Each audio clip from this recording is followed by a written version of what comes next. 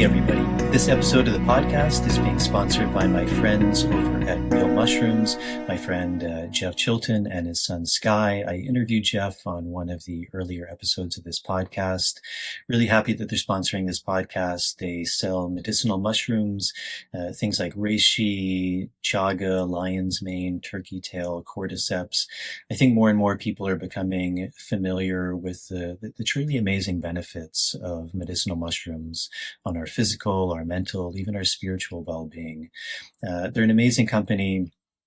They're one of the few, if any, companies that's not only 100% organic, but 100% mushrooms, and that's really rare. A lot of companies have fillers or additives, or also important, it's not the mycelium that's grown on grain and mixed together, it's the actual mushroom, and that's a really rare thing. It's a really pure product. It's the only product, the medicinal mushroom product that I take. Super happy with them, super happy that they're sponsoring this podcast. If you'd like more information about them, you can check out their website at realmushrooms.com/universe to also receive 25% off of your first order. On this episode of the podcast, I sat down with Sam Believ. Sam's an interesting guy. I was on his podcast a few weeks ago, and I had him come on mine. He is the founder of a Colombian ayahuasca or Yagé center called LaWayra. He has a really interesting story. He was an engineer working offshore with, I think, an oil and gas company, and through his kind of unhappiness, or what he eventually realized was a certain depression, he ended up in Colombia and tried ayahuasca, and it really changed his life. He ended up continuing working with it, and after had a very clear vision to form this center that eventually became LaWayra. He married, has kids. And so we talked about his journey, about ayahuasca, the Colombian traditions of working with Yagé, just a lot of kind of varied topics of some of the I'd say more intricacies of this work and what Yagé is good for, and especially focusing a lot on the Colombian traditions, because I think a lot of this work, it's now much more known for these Peruvian traditions. So it's a very fascinating conversation, and I trust and hope you all will get a lot from it. I'm shooting this quite far in advance because I'll be in Ireland soon running a plant medicine dieta with my colleague Marav Artsy. That retreat is sold out, but we have a couple more retreats coming up. When this is released, we may still have availability for a online remote dieta at the end of August.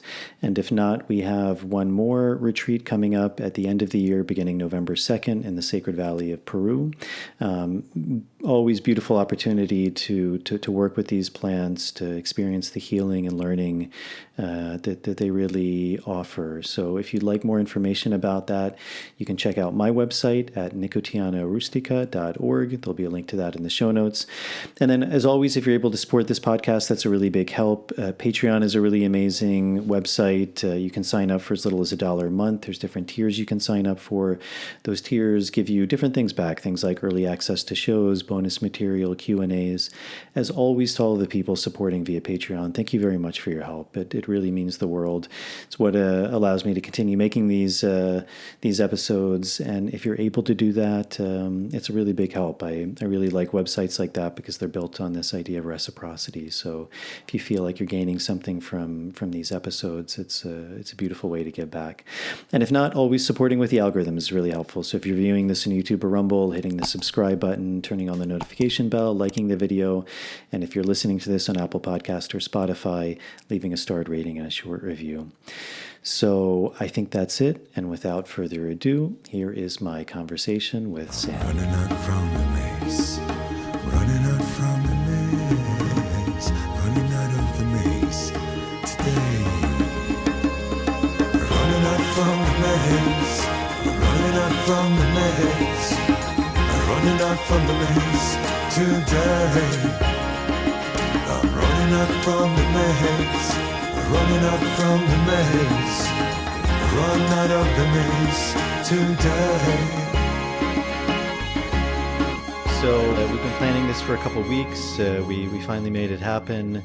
I was on your podcast a few weeks ago. I enjoyed that conversation, and so now you're on mine. Um, some of the audience may have heard of you. You have an ayahuasca center in Colombia. I'd imagine some of the audience hasn't heard of you. So just to start, I know it's always a big question, but can you tell the audience some about yourself, your background, who you are, and kind of how life unfolded to allow you to be living in Colombia and doing what you do? Thank you, Jason. Thank you for having me on. And first of all, thank you for your patience because it was a rough ride. First, I had some technical issues we had to postpone. Then I got sick, we had to postpone.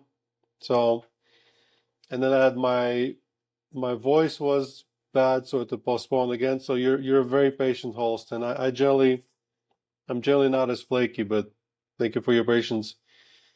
Um, And yeah, it was great having you on my podcast as well. It's I think somebody taught me about it. It's called swapcasting. I think it's a great concept because if someone has a podcast, they always have a cool story. So my story is very unusual because I am a I'm a Latvian, and which is a strange in itself. Most people never met a Latvian in their life, and then so I went from being an engineer in offshore oil and gas and offshore wind to now running one of the biggest ayahuasca retreats in Colombia, all in the span of like 5 years or something. It was all synchronistic. It was all very strange because I was, before that, I was zero spiritual. I didn't know anything about plant medicines. 10 years ago, I would not even be able to tell you where Colombia is on the map. I didn't speak Spanish. I barely spoke English. It's just like very unusual. It's just a perfect example of how little sometimes we have to say in our journey. But um, 8 years ago, I got really upset with my life. I wasn't happy. I got everything that society told me that once I got it, I'll be happy. And I had a nice house and a really good career. I had a girlfriend and a car and vacations and everything was superficially was really great.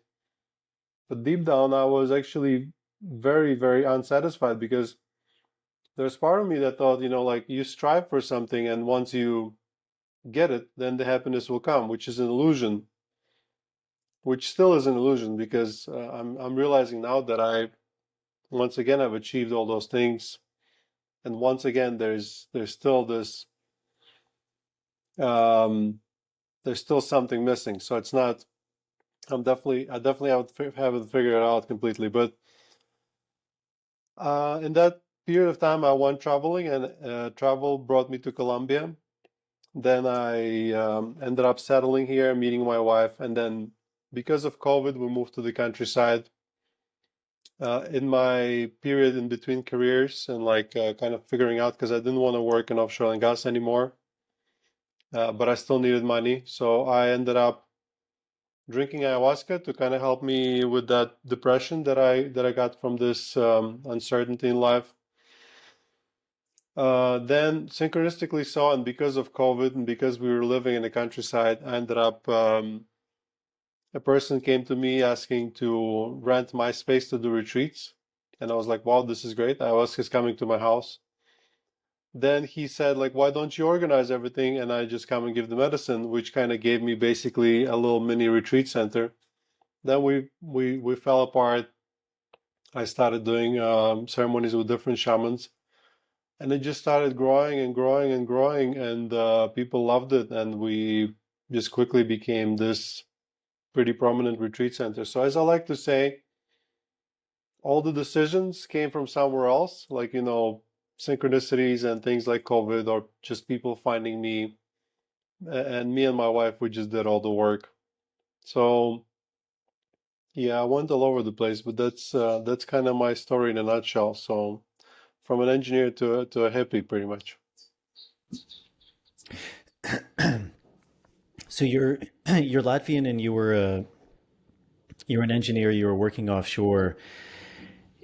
there was just like the depression was the thing that eventually kind of led you to travel, or you just you like the idea of travel and then you came to ayahuasca, or ayahuasca was something that you had known about? Like what was it that led you to kind of those first ayahuasca ceremonies? So I definitely had bouts of depression when I was still working and like this sort of state of not really enjoying life, and it wasn't like debilitating depression, but I really like now knowing and observing a lot of people with depression, I definitely had symptoms like mental fog as well, like a lot of sort of numbness. But I went traveling to just enjoy life, and that's just something that I thought would make me feel happy. Depression came when I stopped traveling, when I settled in, and like, because when you travel, you can run away from a lot of things and you enjoy and you meet new people, and it's always fun and novel and um, the opposite of basically feel the opposite of depressed. But then when I settled in here and I met my wife, and all of a sudden all the noise subsided and all the distractions went away. It all caught up with me. And not only like my 10-year career of me doing things just for money and not really being happy, but also like traumas from my childhood and all of that put me in a really bad mental space. But by that time, I've already tried ayahuasca once or twice, mostly as this curiosity thing and like strong calling thing, but not really understanding it as a healing modality. So at that point, I went back to ayahuasca, but specifically to heal, and it was helping. So what it would do to me would it would just take away my depression like few weeks at a time. It would just make me feel better. It would give me space to do things and enjoy myself and maybe like learn things, because the main reason was I had a kid on the way and I had some income, so we weren't like broke, but I didn't want to go back to offshore oil and gas, but also didn't know what I want to do. And I felt like I had a lot of potential. I felt like I can do many things, but I just didn't know what to do. And I knew that I have a kid on the way and I need to provide and I need to support them. And like as a man, it's like, what are you, it was kind of like very negative, because like what are you here for? Like what is your purpose, and how are you going to be a father, and how are you going to provide and all those things. And I was considering different ideas, and I learned many things. But eventually it was in an ayahuasca ceremony where he just told me like, this is your path. Ayahuasca is your path. And I was really surprised, because I came to ayahuasca as an engineer, as like, this thing is just gonna like reset my neurons and give me neuroflexibility and I will just feel better. And then all of a sudden, like, it just tells me like, oh, this is your path and you can heal people, and it just showed me this whole, it was my seventh ever ceremony, and it was my second ceremony in the jungle, where it just like lifted the bonnet on the universe. So like, this is how things work, and this is your purpose. And it basically kind of told me, if I don't work with ayahuasca, I'll never be happy. Like that's my path. Like you can't get away from it, which sounds a little intimidating, but I followed that path, and ever since I've been on that path, everything been going going in my favor. You feel like I want to do something or I need something, and it is just provided for me by the universe. Like, I mean, I sound like a crazy lunatic hippie, but big things like right people, right places, right everything. It's like anytime I need something, it seems like it just is given to me. Um, Not like, oh, I need $1 million, here you are, but it's like, oh, I need a videographer. And it's like next day I meet a videographer. It's like, oh, I need a general manager for my business, and a friend calls me. It's like things like that. So I definitely feel like there's a reason for the work that I'm doing, and I think that something big will come from my retreat center and other retreat centers starting up and people working more with plant medicines and just kind of like opening up a little bit. And I'm not saying it from a point of view of like, oh, I have it all figured out and you get enlightened or whatever. I'm actually like today, before this call, I felt like I'm more confused than ever before. Like I'm, you know, I've achieved so much and I've done so many things, but it's like the journey never stops. So, anyways, that's what's on my mind right now.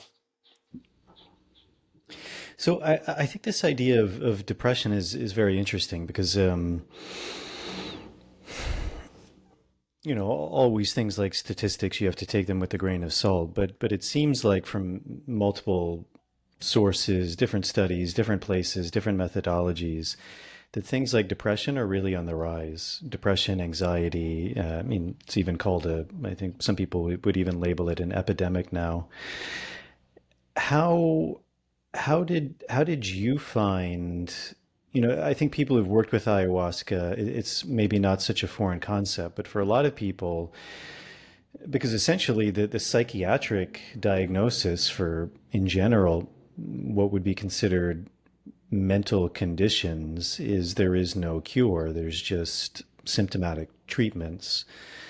But I think a lot of people who've worked with certain plants or ayahuasca feel that there's a very, either it's cured or maybe not cured, because again, that I think it depends on how we look at things, but they see a real change. They feel a real change in a way that maybe pharmaceutical medication or other things they were working with didn't provide. So how I guess maybe a twofold question. How was that in your own journey of how did you find that ayahuasca worked for you?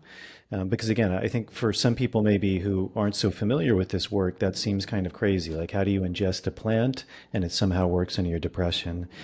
And then two, now that you have a retreat center and you've worked with people, how do you see certain patterns or methodologies of how ayahuasca can work people to help them with their depression? So, my own journey, my first few experiences with ayahuasca were less about healing.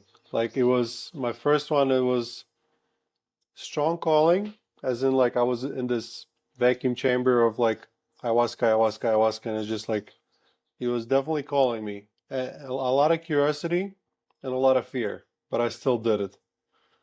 And then the next few ones, it was more just like uh, it was less about like, oh, let me go heal my depression. I think I was not even depressed back then, or I probably didn't even really understand that well what it meant. So when I really got in a bad mental space, like, and I was never formally diagnosed as a depressed person. It's me now retracing back and kind of analyzing what was happening. But I just remember feeling so bad. Like nothing was happening. I was living in this finca, like an estate in a 1 hour south of Medellin. Beautiful wife, kid on the way, paradisical landscape, enough money to live by, like a little bit of a passive income. And I was like, living a dream. But deep down, I was completely miserable. I was, I never recall feeling that bad in my entire life. It was just, uh, yeah, like really debilitating. And I was working with a coach and doing everything I could, reading all the books.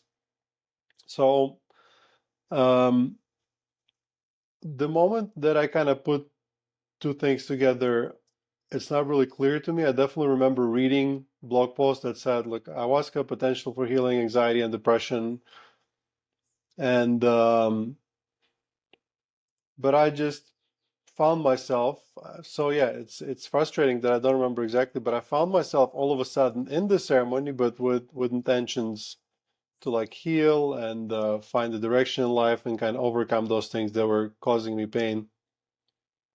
And as I said, what it would do to me is that afterglow after the ceremony, it was like, wow, I feel better, and I could exercise, and I could read books, and I could take courses, and I could sort of move, not just be stuck there in this dark place and not be able to do something, but be able to actually move the needle forward, so to speak, like, progress a little bit. So it would not like, oh, I drank ayahuasca and my depression was gone forever, ever. It would just be kind of diminished for periods of time.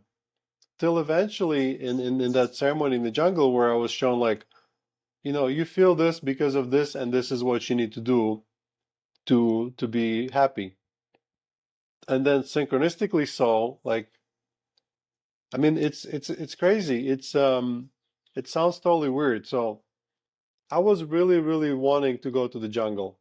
Like, I was asking everyone that I knew in the medicine space if they know anyone in the jungle who I can go visit. I was literally actively inquiring to go to the jungle. And I found some people, and it was always like, we're gonna go there later. Then a guy messages me on Facebook, and I was in this estate that I lived in. It had few bedrooms that I was just um, renting out to people that want to come out to the countryside. He's like, "Oh, I love your property. Can I go and do an ayahuasca ceremony there?" And this was a time when I was doing ayahuasca ceremonies for me to get better. He comes over and he's like, "Your place is perfect. We're gonna do a ceremony here as soon as I come back from the jungle." I'm like, "You're going to the jungle?" So, like, I want to go to the jungle. Somebody comes in and says, "I'm going to the jungle," and they take me with them. And the first ceremony I drank, it was with the shaman with whom I'm working now, and we've been working together for about a year and a half now, and previously with his family and that lineage for almost 3 years now. So, and then I go to the jungle and I drink the medicine, and it's kind of all shown to me. So the way I think, so just to, I'm going all over the place. I know why I feel so confused, but the way I think ayahuasca works is less by just this magic bullet. When you take it and your depression goes away. Yes, it has that effect where it makes you feel better, the afterglow. But then there's this part where it tells you this is the reason and this is what you need to do. And in my case, it was lack of purpose. And he was like, here's your purpose. Just do it and everything will be fine. So I'm definitely no longer depressed. I'm not the happiest person out there because, in my culture, we're pretty serious people. But I definitely feel better, and I feel bouts of joy. I am still stressed occasionally, and I still have my issues I go through, and the medicine definitely helps to keep going in that direction. But regarding other people, so we host somewhere between 700-800 people a year at LaWayra, and there's a lot of people that are depressed, a lot of people that are anxious, suicidal. I would say most of the people that come, consciously or unconsciously, they come for healing, and that's what we focus on a lot: physical, mental, and spiritual healing. Because I think, like, before you do anything else in, like, spiritual and spiritual space or personal growth space, you need to heal first. And what I've observed is definitely people that take the process seriously. They go to the ceremonies, they set intentions, they journal about it, they integrate, they get great relief from depression. And it's always a unique story. There's very many different types of ayahuasca journeys people go through, but I've had many people come back a year later bringing their wife, or just coming back 2 years later because they want to, a refresher, telling, like, yeah, their depression went away, the anxiety went away, their many things improved. But it tends to not just come from this magic of ayahuasca, but magic of ayahuasca plus them actually listening to the instructions and then going with them. So for example, in my case, if ayahuasca told me, like, well, ayahuasca is your path, and you're basically here to heal other people, and I would say, like, wow, this is cool, and then do nothing about it, I probably would still be directionless and depressed. But because I followed, together with all those synchronicities that happened, I followed on those instructions, it kind of took me to the next step. That's what I think about it. Hopefully it makes some sense. So interestingly, in a lot of indigenous cultures that where something like ayahuasca originated from, like I spent many years with a group of people called the Shipibo Canibo people, and their word for ayahuasca is a Quechua word, kind of a lingua franca term. Their word is uni, and uni is often translated as wisdom or knowledge. Um, So, would you say, because the way you were describing your experience and also other people's experience was something along those lines, like the ayahuasca was showing them some sort of wisdom, it was giving them some sort of vision, some deeper insight into themselves, into the nature of themselves, and then it asked them to essentially take action, which I think is also a very common way that these traditions look at these plants is there is this reciprocal nature that it's not necessarily like taking a pharmaceutical where just the chemicals are necessarily restructured or rebalanced, but that it's asking something of us, and that's that idea of reciprocity. If it's giving something and then it's asking a certain responsibility. So would you say that, that's kind of a common thing? Is that kind of insight or that wisdom, whether that's a visionary, like something that's shown to them, or a deeper insight or a knowing that people receive, that then they have to, like, one, accept to see that and then to put it into action? Yeah, I think it's I've definitely seen people that interact with ayahuasca and it just like moves something in them and they're almost like happily ever after, like, oh, I'm just good. And that's it. So it can happen. But most of the time it's like, okay, you're dealing with this and it kind of shows where it's coming from, shows the trauma, massaged it a little bit, purges something out, and definitely provides great relief. And then it tells like, oh, go and tell that you're sorry to such and such person, or you have you need to do this or that in your life, and it all kind of gives you homework and puts you on that journey. And if you don't do the homework and you just kind of come back and drink more medicine, it also tends to be like, just it will just outright tell you like, why are you back so soon? I gave you homework and you haven't done it, and it gives you a bad trip as a punishment.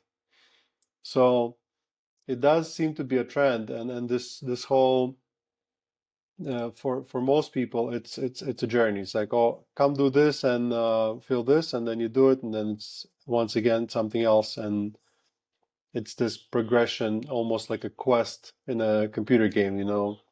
But you have this wisdom and knowledge that comes from somewhere else, and it's very strange to understand like what is that you talking to.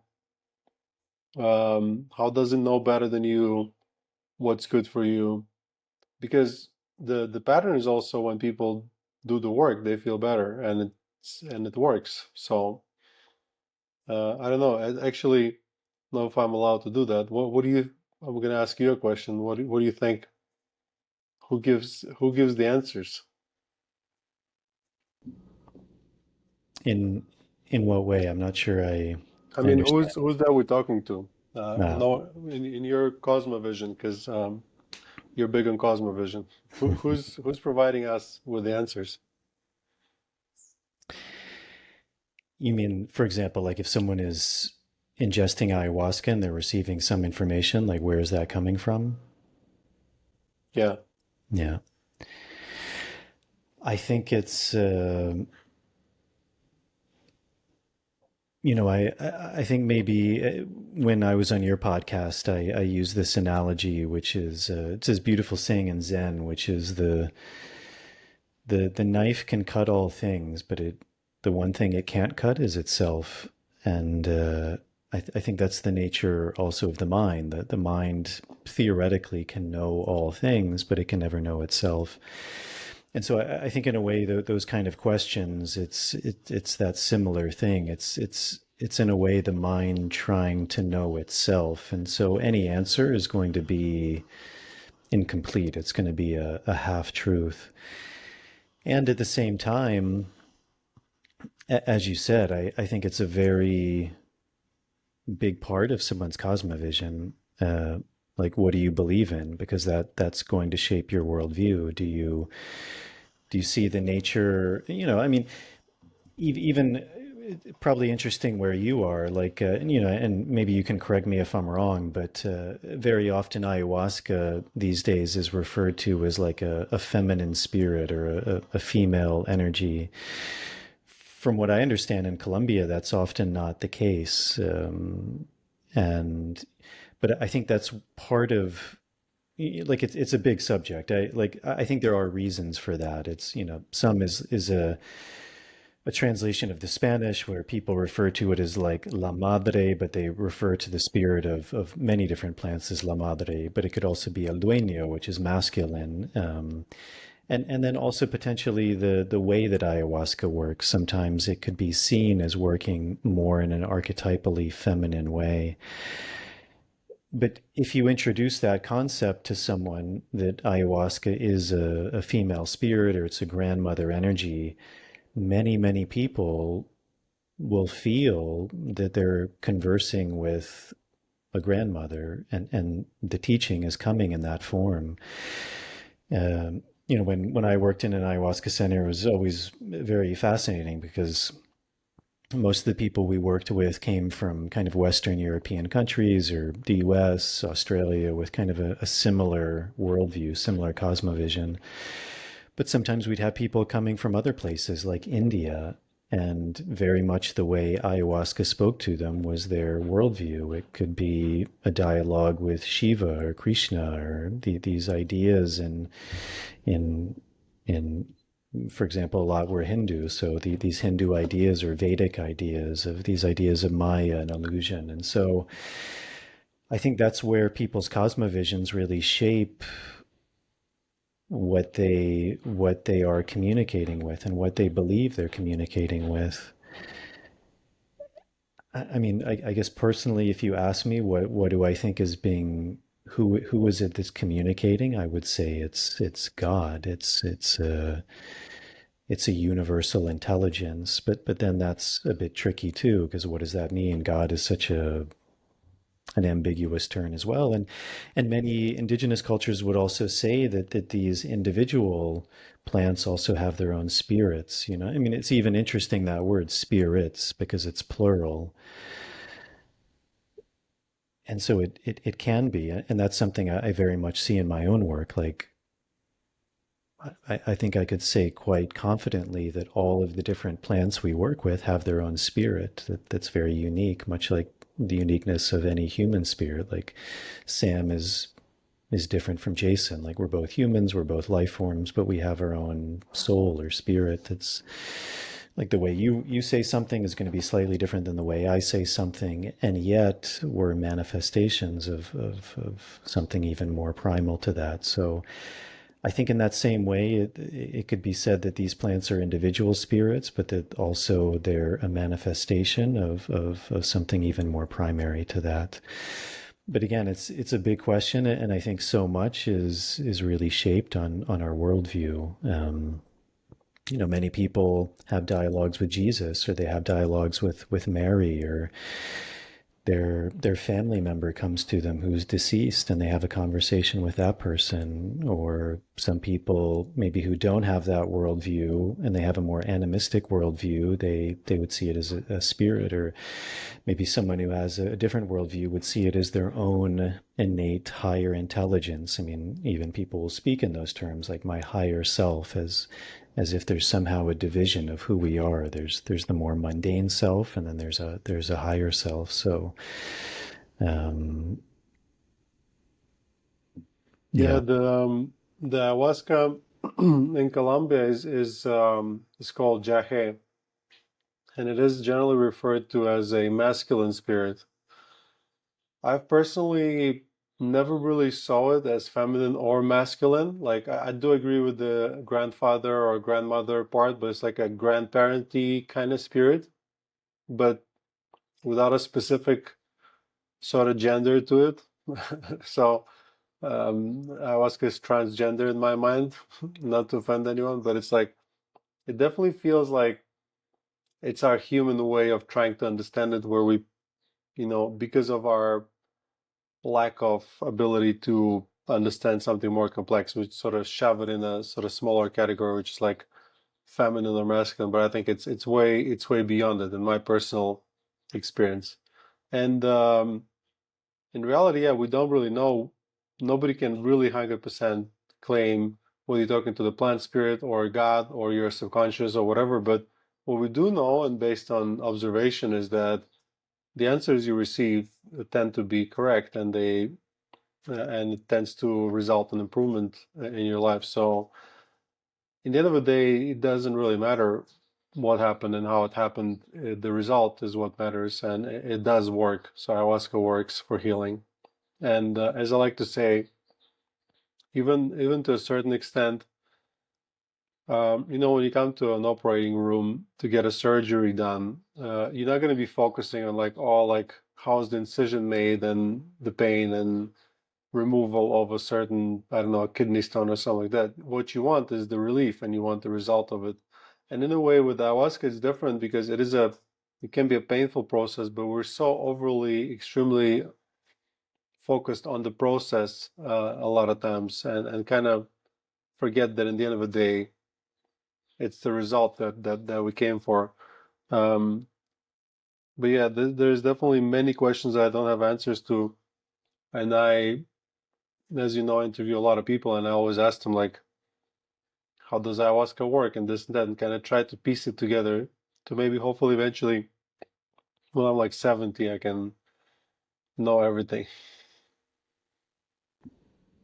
Yeah, the Shipibo have a beautiful story, which I really like because usually, and again, like some traditions, like I know in Colombia, the Yagé is only the ayahuasca vine, but then often it will also be combined with other plants. And in general, for example, in Peru, where I spend a lot of time, it's a combination of two plants, the ayahuasca vine and the chacruna plant. And people look at it from a more scientific level and they say, okay, the plant, the chacruna or the kawa and shipibo, it's that which contains DMT, and then the ayahuasca contains the monoamine oxidase inhibitors. And so when you combine that, it allows the DMT to take shape.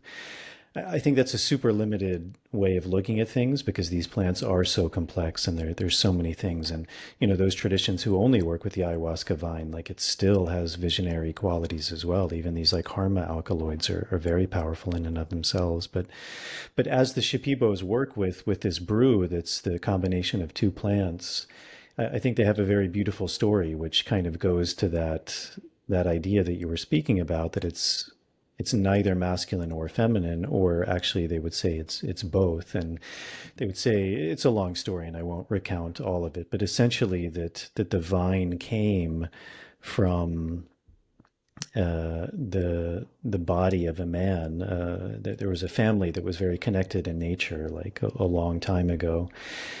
And when he died, the family put his body in the ground, and from where his body was arose the ayahuasca vine.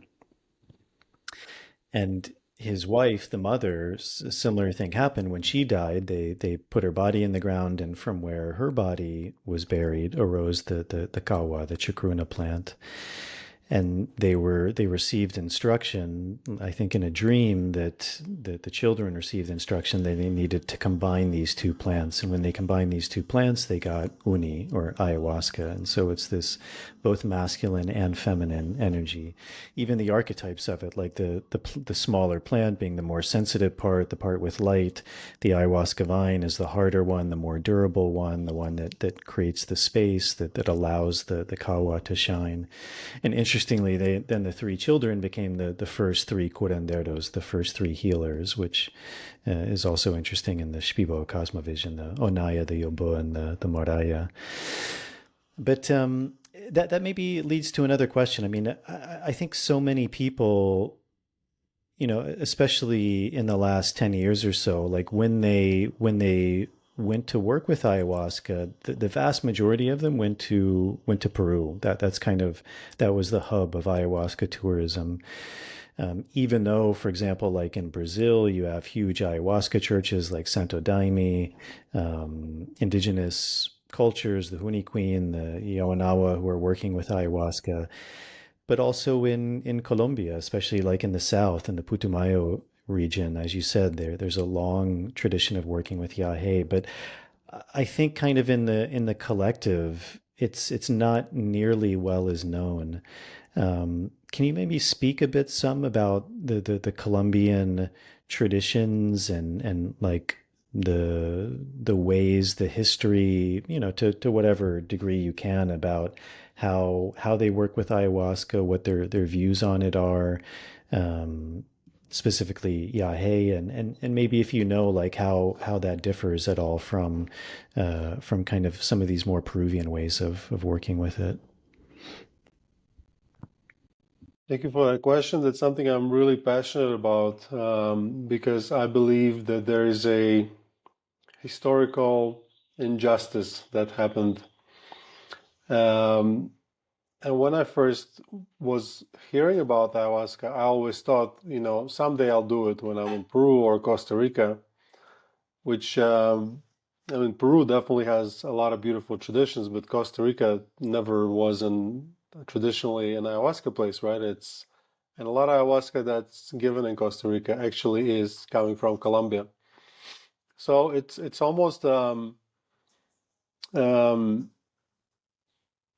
it's a story of injustice. But here's what happened: ayahuasca started to be popularized in Colombia, like Richard Evan Schultes, that put it on the map, largely like an ethnobotanist who recently kind of um, was talking about it. He was actually working in Colombian Amazon, in Peruvian Amazon as well, but largely so in Colombian Amazon. And even the McKenna brothers, when they traveled to look for ayahuasca, they went to Colombia and the famous La Chorrera experiment. And I'm reading a book now by Terence McKenna because I'm going to interview Dennis McKenna when I'm at MAPS conference. And then what happened was Narcos happened. And basically, as psychedelic tourism started to become a thing, Colombia became this death trap, most dangerous country in the world. And of course, people didn't go there. They went somewhere else, like Peru, rightfully so, and then Costa Rica and other places that started to be associated with it.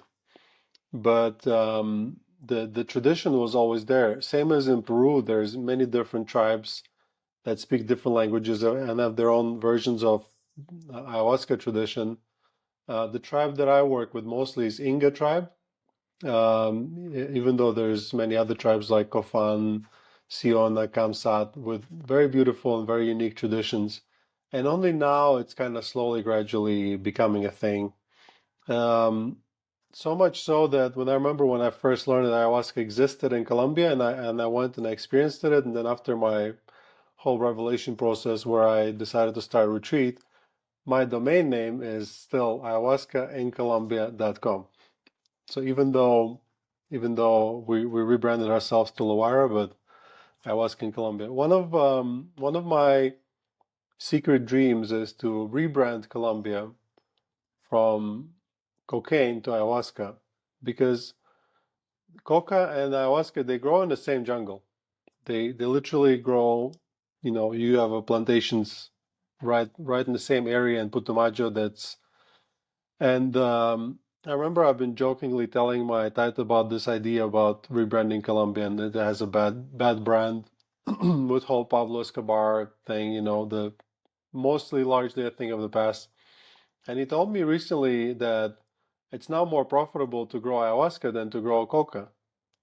So it is kind of happening. Not that I have anything to do with it, but except for maybe the thinking about it, but because of whatever is happening in the drug market and the fentanyl, people are afraid to use cocaine, and the price is dropping. However, ayahuasca is getting more and more popular. And interestingly, a lot of people come to Colombia for wrong reasons. Like, let's say a military veteran who is really traumatized and is in pain, he comes to Colombia to consume cocaine and to, seek prostitutes and things like that because he's just in pain.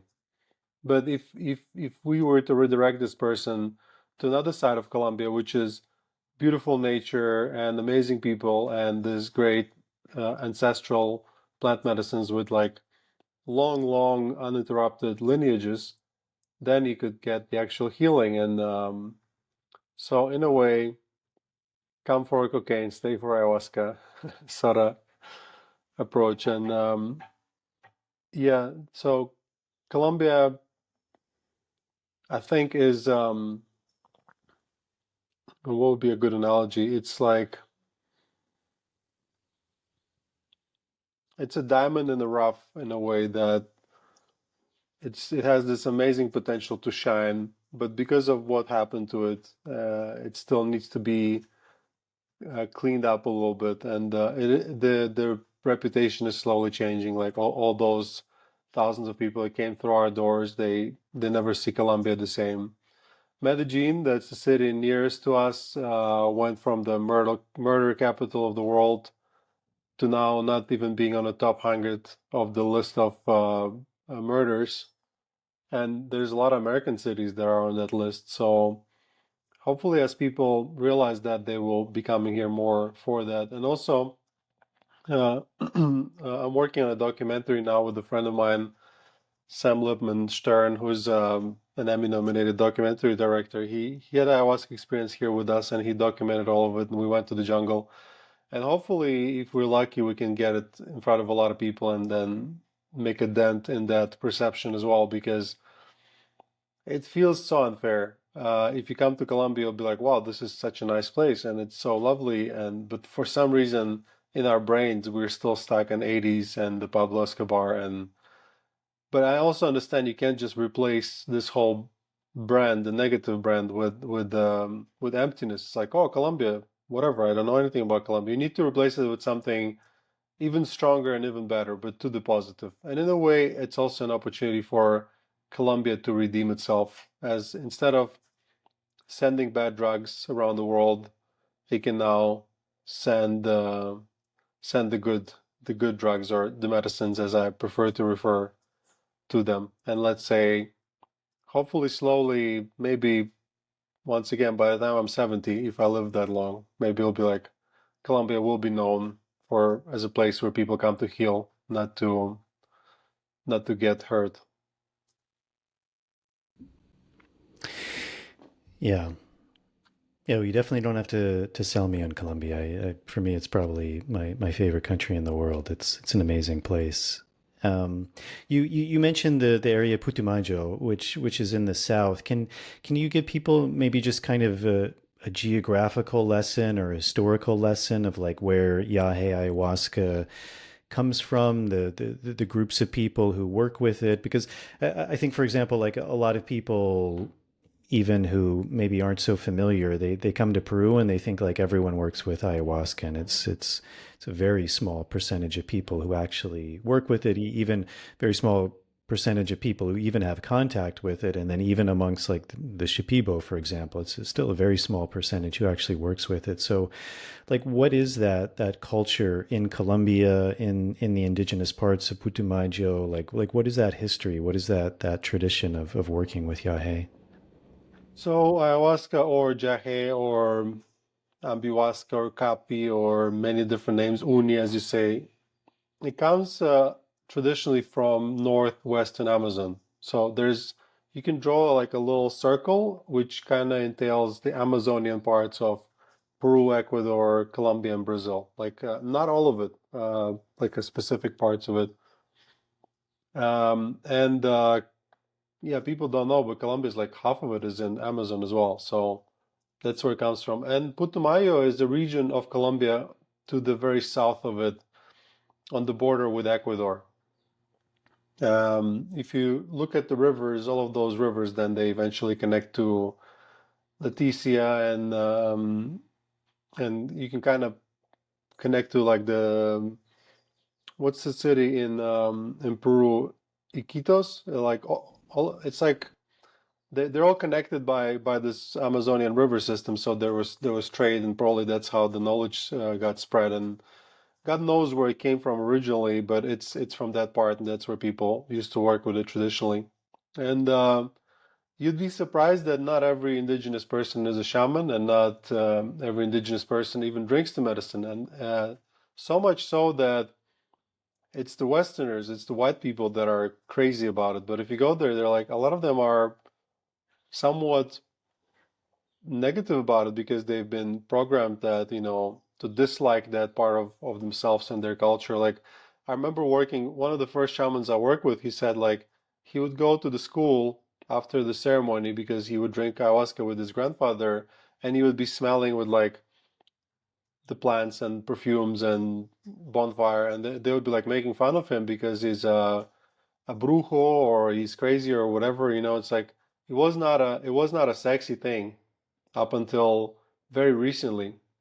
So even though Colombia is one of the highest percentage of the people in the world have tried ayahuasca in Colombia, I think it's either first or second together with Brazil, but it's still less than 1% of population of the country. So which is like not good at all. Like, honestly, it deserves to be more popular. But um, traditionally, what would happen would be, and I've seen it myself, like I went to the jungle in Putumayo, and I would be staying with the shaman, and then a guy comes over and he's like, I'm an alcoholic, like I want to work on that. And they do a ceremony and they drink the medicine and they purge and they feel better.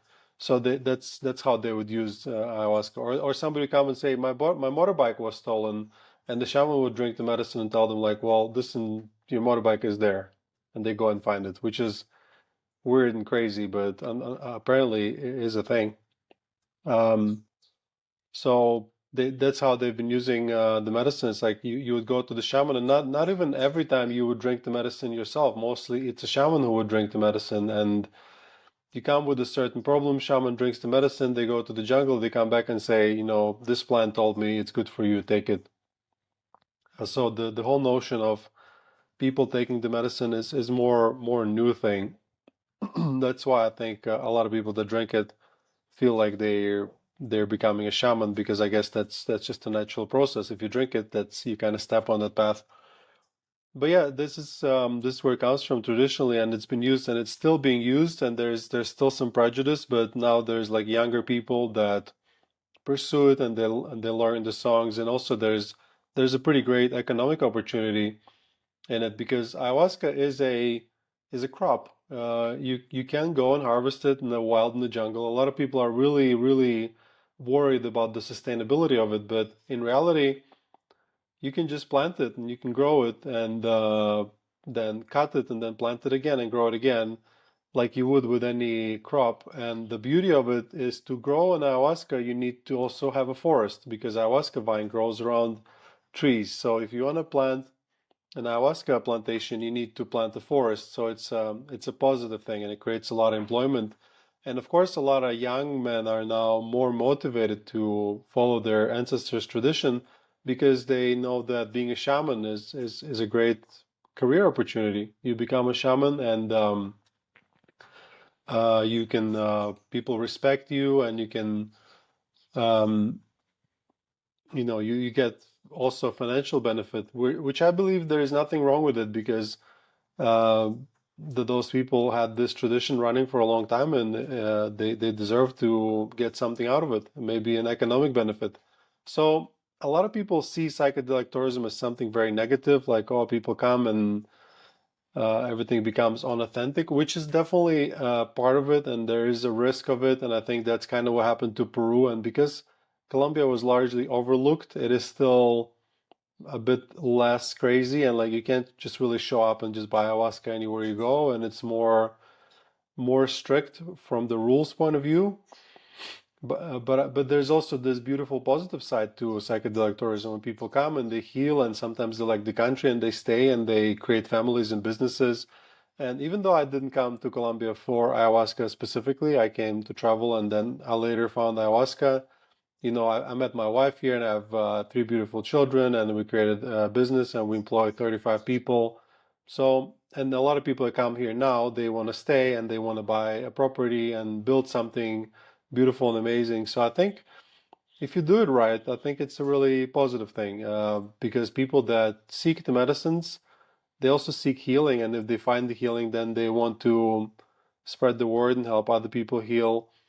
So I prefer to be an optimist about the whole topic of psychedelic tourism. So can you explain a bit? You used the word taita at one point. Can you explain what that is, and then also, um, like to the degree you know, what tends to be like the training of someone to become a taita, like in these traditional communities, like what like how does all of that start? Where you mentioned a bit like even some of the uses of ayahuasca to diagnose or to see like someone stole your bicycle, but like what is that role of the shaman, the taita, and like how does one even like become that? Like what are the societies that you're familiar with? Like how are they based that that's even like a role of something to become?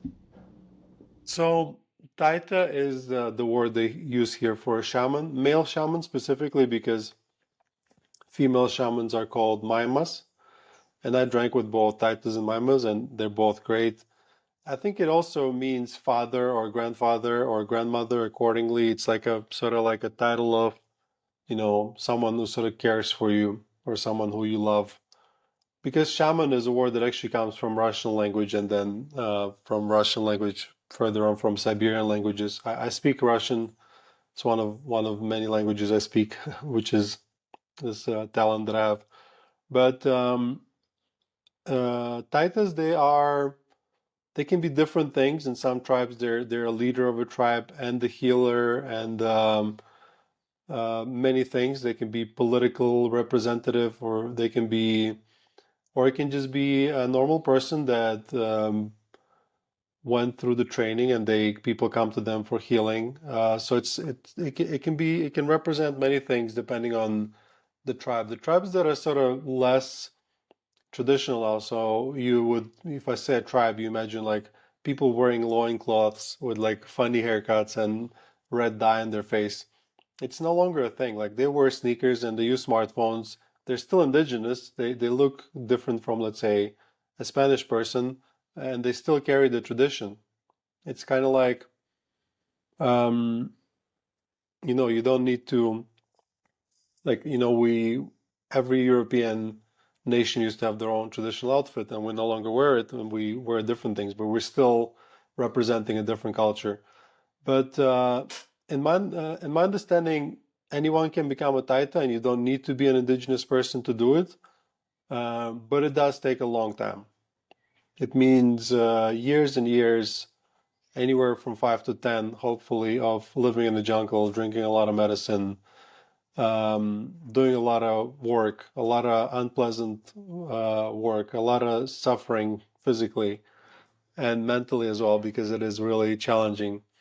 And also having a certain talents and having good intentions. Then a taita you work with can be like, okay, you're ready, and he can grant you permission to serve the medicine, both ceremonially and legally. Because here in Colombia, if you want to serve the medicine, you need to have a permit from an indigenous council, which is something I really like because it keeps things more organized. Because I did have people that would come to my retreat, drink ayahuasca one time, and then go somewhere in Peru in that case and do a 3 months course, and then come back with a certificate saying they're a shaman now, which is completely unacceptable. It's like buying a diploma. I think it's very, I respect people that want to follow that shamanistic path, because it is a very difficult path and a very long one. So if you're doing it, it means you're a very tough individual. But I disrespect and dislike people that want to sort of cut corners, because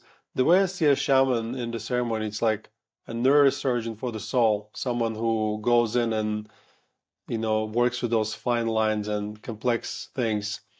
And to have someone become a neurosurgeon in 3 months, like would you go under the scalpel of someone who, instead of 15 years of different trainings and education, just skipped it and did a 3 months thing? So yeah, taita is taita is a healer and it represents many different things, but in my case, I work with one taita at the moment, and for the last year and a half, his name is Jose Fernando Jojoa. His father is a shaman as well, and his father's father was a shaman, and like this for many generations. He comes from the Inga tribe. They grow and harvest and cook their own medicine.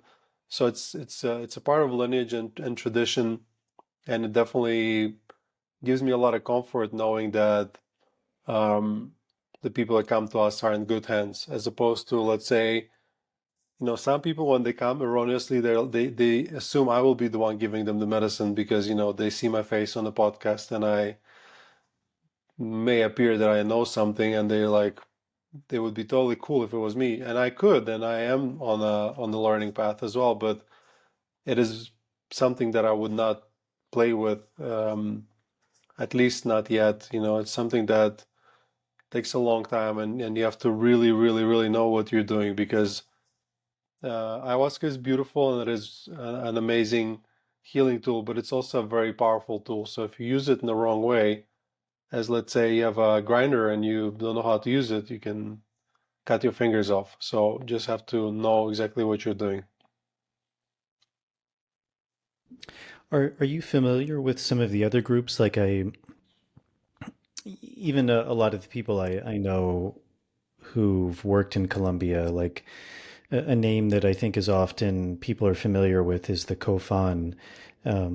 Or like, do you know how these groups delineate themselves, or like what makes someone Kofan, someone Inga? Like, do you know of similarities, differences? Like, like how is that often viewed in Colombia? So I drank medicine with every Colombian tradition except for Siona, which is kind of like less Colombian because kind of Ecuador, Colombia. Most of those tribes, they don't really belong just to Colombia or just to Ecuador. They kind of like in between because Putumayo is actually an area between Colombia and Ecuador, and both parts are called Putumayo, and the borders are drawn by white people later on. They used to just live there. But I drank the medicine with Kofan shaman, had a great experience. I drank the medicine with several Kamsaj shamans, had a great experience. And I drank the medicine with Ingas, most of all, and had great experiences. So I think that they are all a little bit different. They do speak different dialects of Quechua languages.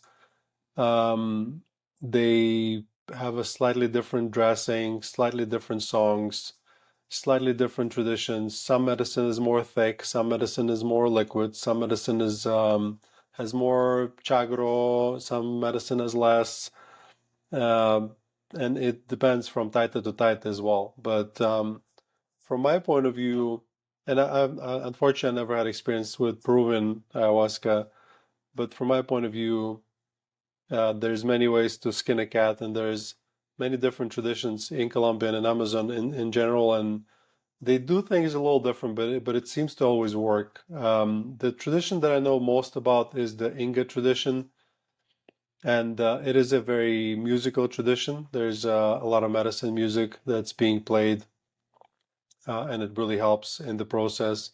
It's also a tradition where you don't do it in the dark. There's always a fire burning. Cleanses. They use harmonica. They use waira. Um, the medicine tends to be very thick and strong. Um, yeah, but yeah, all traditions are nice, and the reason I ended up working with Ingas is just because that's once again synchronistically. That's kind of how it happened. But if I eventually maybe wanna have a second shaman, I would not discriminate between the tribes. You just need to make sure that the shamans get along because they do tend to be very jealous of their spiritual space. You mentioned something interesting that I think a lot of people would seem as kind of a paradox. You said that one of the roles that the taita can serve is like a political representative for their group or a leader, and I think that's often seen at odds. Like usually people see these people from the outside as like a medicine person, and medicine people should be kind of agnostic or ambivalent or kind of hands off to any conflict or things like this. But I think it's interesting that you're also saying that these people could be like political representatives, like involved in that, or a leader having to make decisions for their communities. So our understanding of indigenous people in general is very erroneous. Like for some reason, especially recently, we really put them on the pedestal, which is unfair to them, first of all. It's like, they're the same people that just live in harmony with the nature, and you kind of envision this avatar situation, which is not reality. Like they're human beings, and they drink alcohol, and sometimes they fight, and they even scream at each other, and even shamans, they still go to bathroom and poop and do things like that. So as you yourself mentioned, uni as wisdom, ayahuasca has very many different uses, and at LaWayra, for example, our motto is connect, heal, grow, because you connect to the medicine, then you heal, and then you grow. So if you look at the healing side of ayahuasca, then they come to the taita as a healer. But if they use the growth side of ayahuasca, it's wisdom, it's also knowledge, and the taita, it would make sense for a taita to be a leader because they know more than a person that's not a taita. They can consult with the medicine. Medicine does also tend to make person smarter, and all this introspection, all that learning. So for me, it's just a natural thing that the wisest person becomes the leader of the tribe and the representative.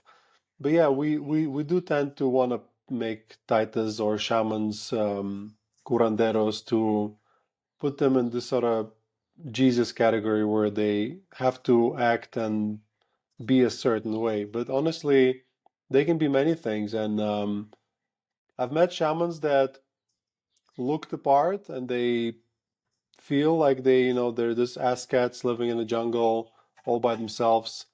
And then later on, I found that they were not good people. And I've also met shamans that, watch TikTok videos, and they're amazing shamans, and they're very spiritually pure, and they heal a lot of people. So I think we need to separate those two things. And it's something that I've done myself, and I've burnt myself a few times because I put too much trust and too much faith in the shaman, and forget that they are human beings, and they have human emotions, and the full range of human emotions, which means some of them are not positive. And yeah, so let's not dehumanize shamans and taitas. Let's see them as if you go to a really amazing doctor, a really amazing surgeon, you would not be upset if he um, plays golf and drinks beer on the weekends. It does not take away from his ability to heal you. So it's the same with the shamans. Yeah, yeah, I think that's a very good point. It's interesting. I've said this quote a number of times, but it was said very well by a guy named Geronimo Masarasa. He works for ICEERS, kind of like the European equivalent of MAPS. And he said when the Europeans came to the Amazon or to the Americas 500 so years ago, he said they looked at the indigenous people and they said they're too indigenous, they're too primitive, they need to be more cultured, more Western, more European. And today there's a very similar mentality, but it's the opposite, but it's the same mentality. Like a lot of Westerners look at the indigenous and they're like, oh my God, they've become too Western or too much into the world of golf and cell phones. They need to be more indigenous. And just as you said, like whether you put someone below you or above you, it's still dehumanizing. It's not seeing the humanity in them. So I think that's a super important point. Yeah, I've interviewed Geronimo as well, maybe 10 episodes ago. He's a great guy. Yeah.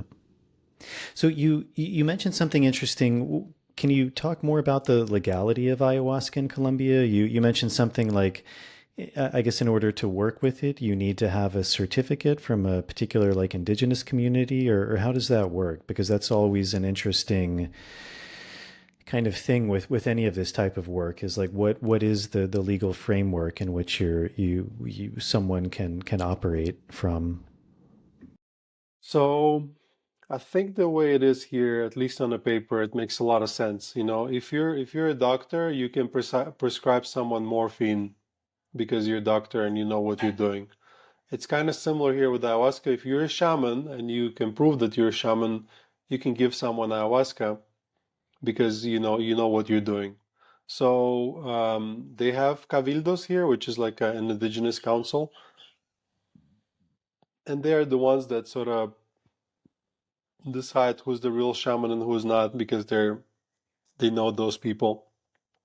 And if you go through training and you pass some tests, some tribes have certain tests for someone to become a shaman, then you get the permit from cabildo and from the shaman. So you have a document that is recognized here. So for example, if I'll be driving through Colombia with 20 liters of ayahuasca in my trunk, they will stop me and be like, what the hell, and they'll take it away because it is not really completely 100% legal. It is decriminalized, but it's not completely legal.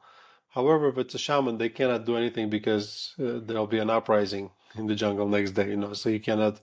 That's their tradition, it's their country, and they are allowed. It's considered the patrimony, like a tradition of this country, and they respect it.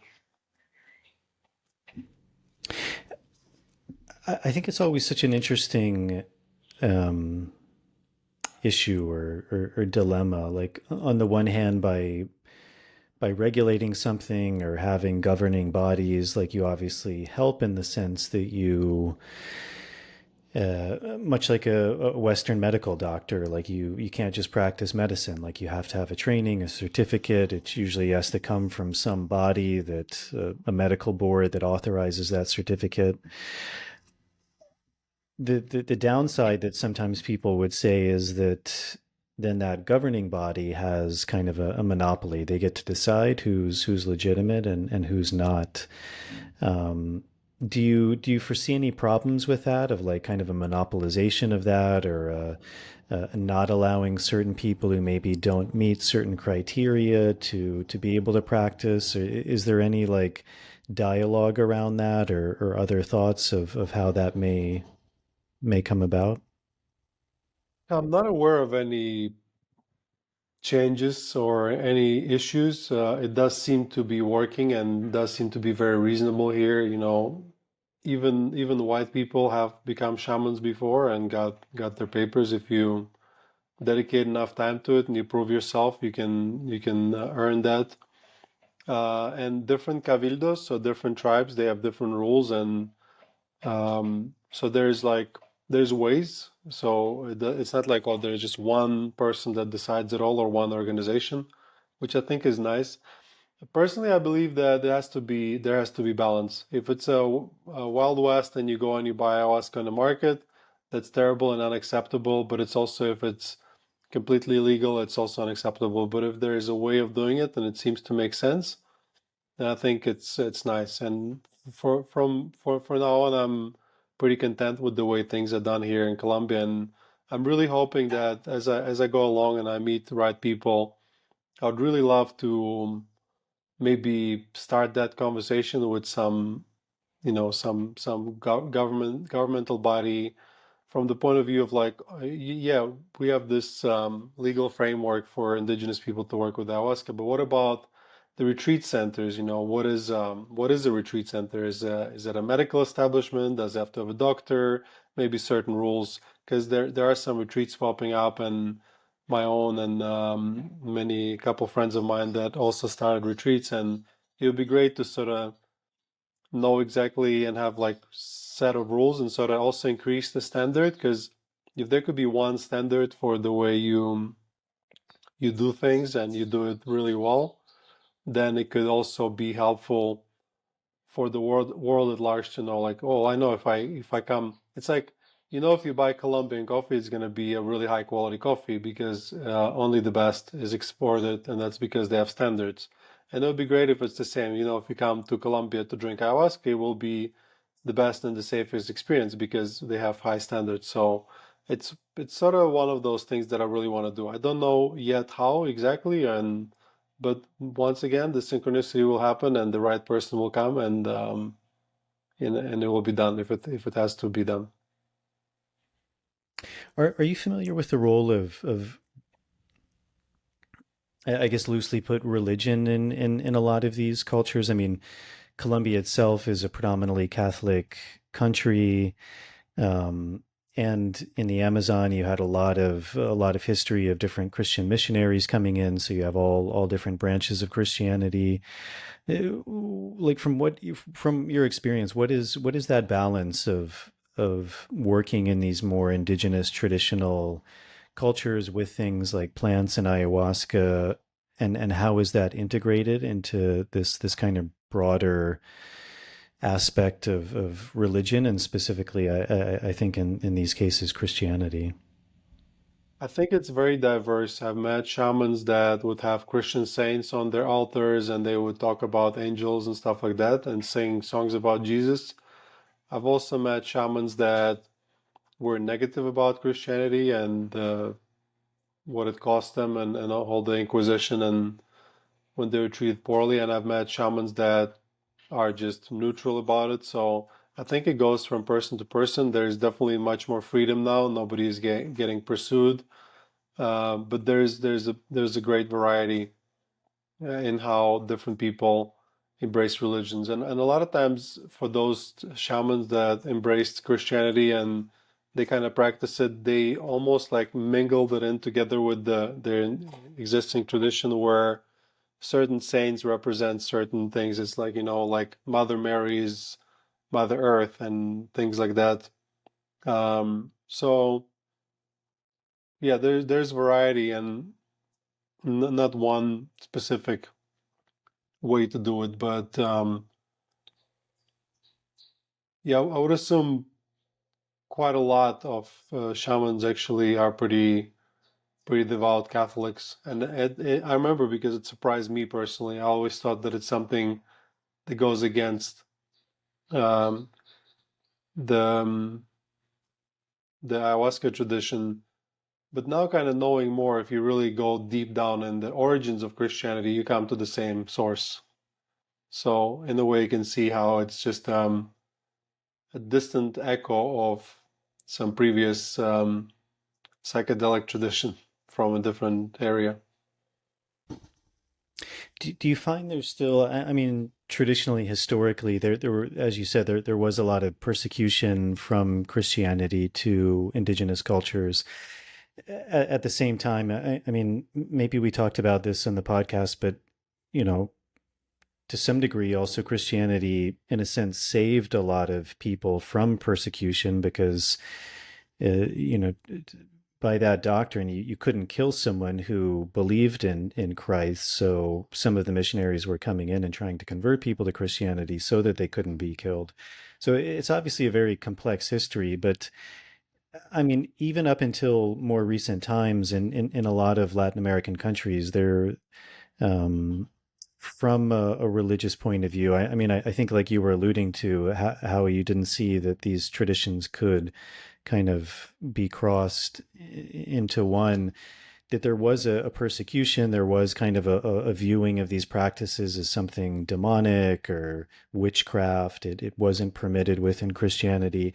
I think you even see a bit of a revival of that now, of to some degree, maybe certain religions looking at these things as not aligned with their doctrine. Um, Although also quite interesting, I was reading an article a number of years ago that in Iran, I think one of the caliphates actually issued a decree that ayahuasca was technically not out of alignment with Islam. And it was kind of the work of this one guy who interestingly worked with ayahuasca and kind of brought it to Iran. But they essentially said it's not out of alignment with Islam, which is quite interesting. But do you still feel in Colombia there is a certain looking down upon these traditions? I mean, you mentioned it was one of, if not the highest rate of percentage of people who have worked with ayahuasca, but it's still, as you said, 1%. So that's still a tiny percentage of the Yeah. overall population, kind of from a more mainstream culture. And I would imagine, obviously, a lot is changing. These practices are becoming more open, but do you still see kind of a chasm between the traditional religious establishment and people who are pursuing these traditional paths? There is still a lot of stigma, and there's still a lot of negative perception of the topic. And um, what does not help is the way that some Colombians encounter ayahuasca, which is how I started drinking it as well, where you come to like a little countryside house with where shaman comes from the jungle and he brings the medicine. You come in and they serve you the medicine, and you kind of bring your own mattress and you share a bucket with someone. It's like very uncomfortable and very unsafe, and without any instructions.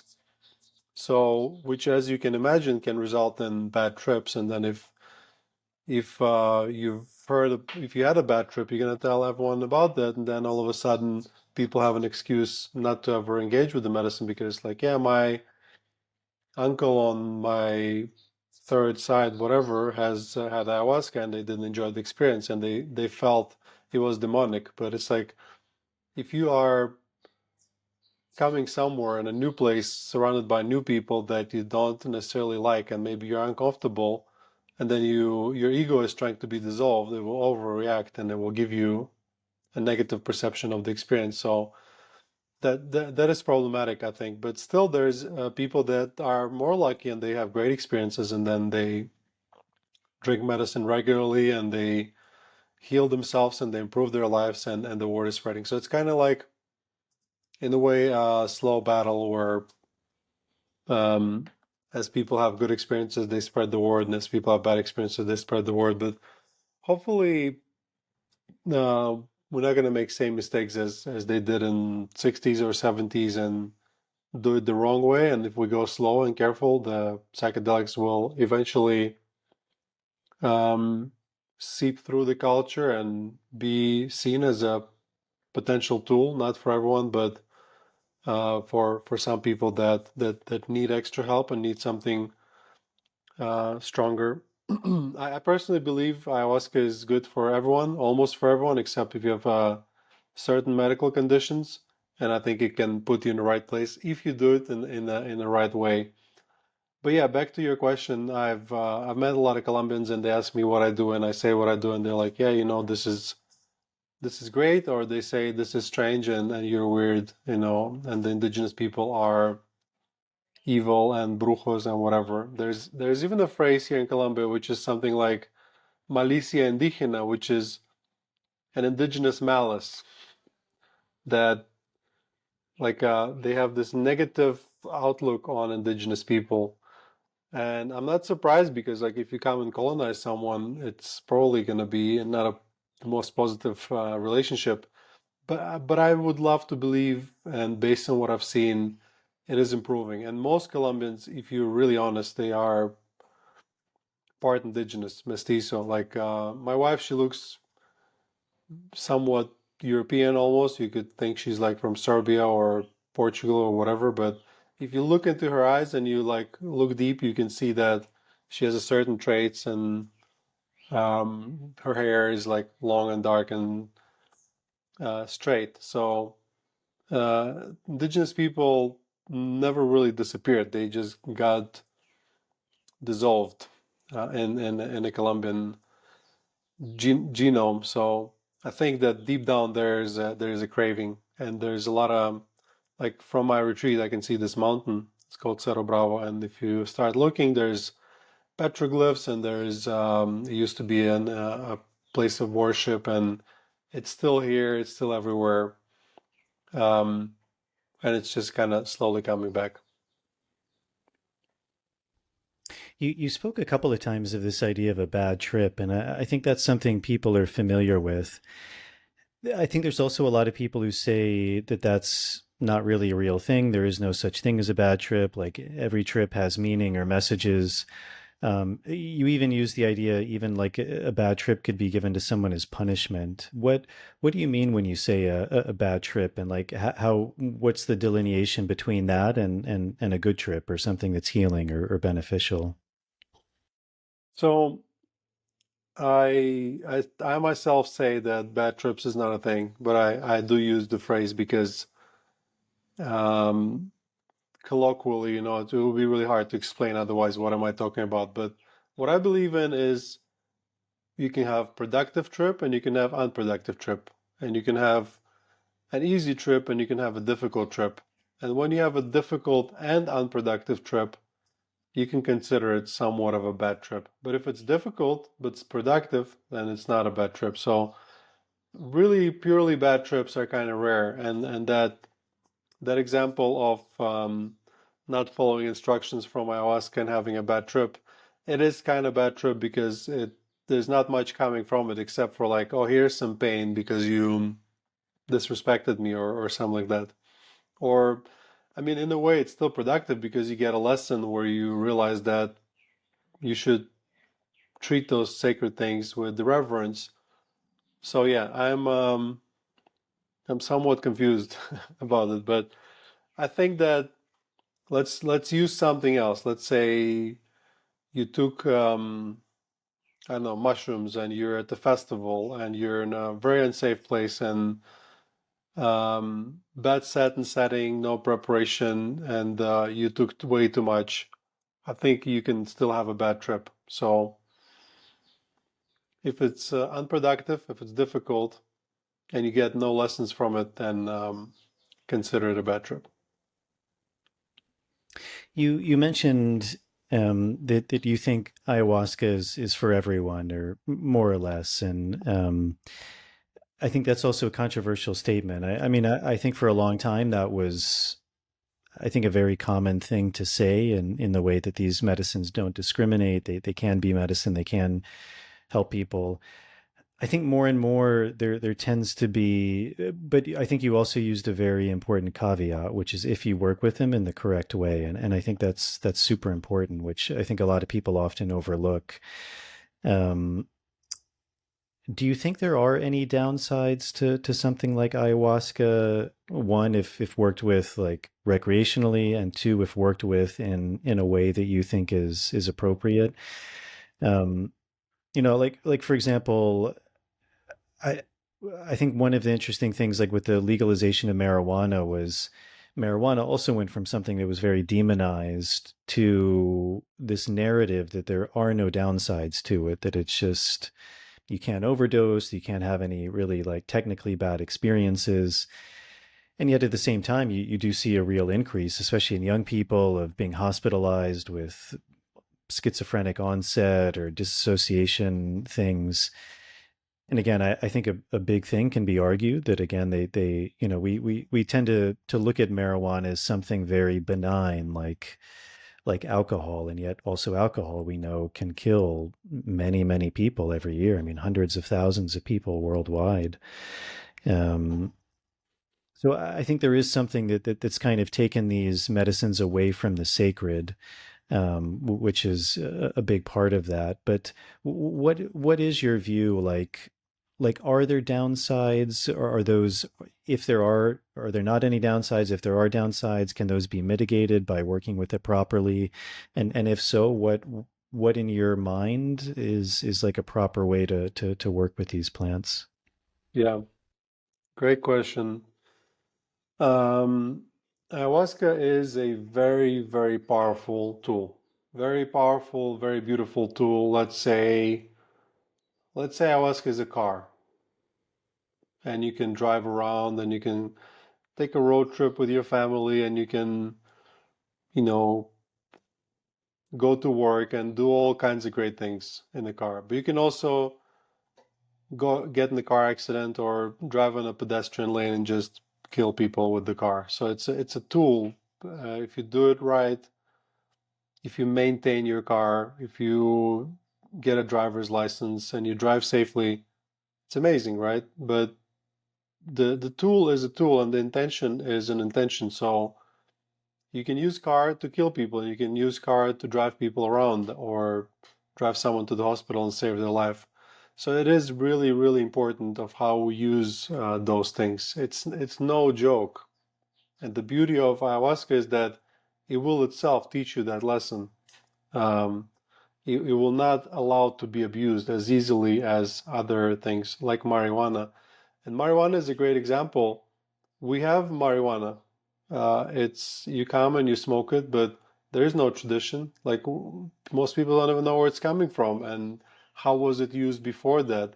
Did the people smoke it every day in huge quantities, or maybe was a sacrament of some sorts? And whenever you separate a medicine from the tradition, it's like separating a tree from its roots. It's going to die and it's going to fall on top of you and probably smash you. So um, it's not about ayahuasca itself. When I say ayahuasca is for everyone, almost everyone, because obviously there are medical issues, or maybe you're just too old, or you're on antidepressants or whatever, I imagine something different. I imagine a very, very proper traditional use, grounded in tradition, reinforced with Western integration methods, and like something beautiful. So, for example, I'm a huge optimist about the difference psychedelics can make in the world if they're used properly and traditionally. So if they're grounded in tradition, whichever it is, it can be a different one. Because those people work with them for thousands of years. It's nothing new. It is safe. The way they do it is safe. If we try to reinvent the wheel, maybe then it becomes unsafe, because that's the nature of experimentation. But I think about myself, and you also mentioned alcohol. Every year we have 10 holidays where most of the people meet up and they drink alcohol and they celebrate something. And the next day they go back to work. Why is it so impossible to imagine that there is a day in the year where everyone drinks ayahuasca? Let's say um, it's done traditionally. There is some kind of shaman person that has a training and they know what they're doing, and it's a group of 10 people and they have a fire and they sing songs. And the reason I want to think about it and the reason I want to imagine is because I live in a world where this is my reality. Like every day there's a group of people that yesterday have drank some ayahuasca, and it's a beautiful existence. You yourself know, as someone who worked at an ayahuasca retreat, that people come, they come carrying heavy emotional loads, and they're sort of upset and unhappy. But by the end of the retreat, they're loving and they're kind and it's just a great thing to experience. And I can't help but dream about the world where yesterday everyone had ayahuasca. And what kind of world would it be? Would people still scream at each other? Would they kill each other? Would they hit each other? Or would they be loving, understanding, and compassionate? And, it is a bit of utopia, and I do understand that probably it's not ever going to happen. But even if we get 5% of people to drink ayahuasca on a certain day in a year, it will make huge waves, both physically and also metaphysically speaking. So I'm not a doctor, it's not a medical advice. I don't advise everyone to drink ayahuasca, but I do believe in possibility of the world where maybe we replace our normal ways of drinking alcohol and smoking weed with something more traditional and something which actually helps and heals and connects us. I mean, maybe ayahuasca is not even a perfect example for it, because it is kind of weird if you were at Thanksgiving dinner and you have to puke out your turkey. But maybe we find some other psychedelic. But as long as we're doing it like with an intention, Like people don't understand the power of the intention. Like anything can be changed by the intention. You can take your hand and put it in someone's face with the intention of caressing them, or you can slap them. It's the same hand, same people. You can take a knife and make a salad. You can stab someone in the heart. Intention is everything, and if intention and tradition, and then you can. I mean, I'm always wondering. I'm almost thinking like, what if we would drink alcohol intentionally, and you like sit down in a circle and you drink a glass of wine, and you go ahead and try and like prow on your emotions and talk about it. You know, it's an interesting experiment you can conduct maybe sometime, but I do believe it's all about intention, and tradition helps because they just figure it out and they've done it for a while.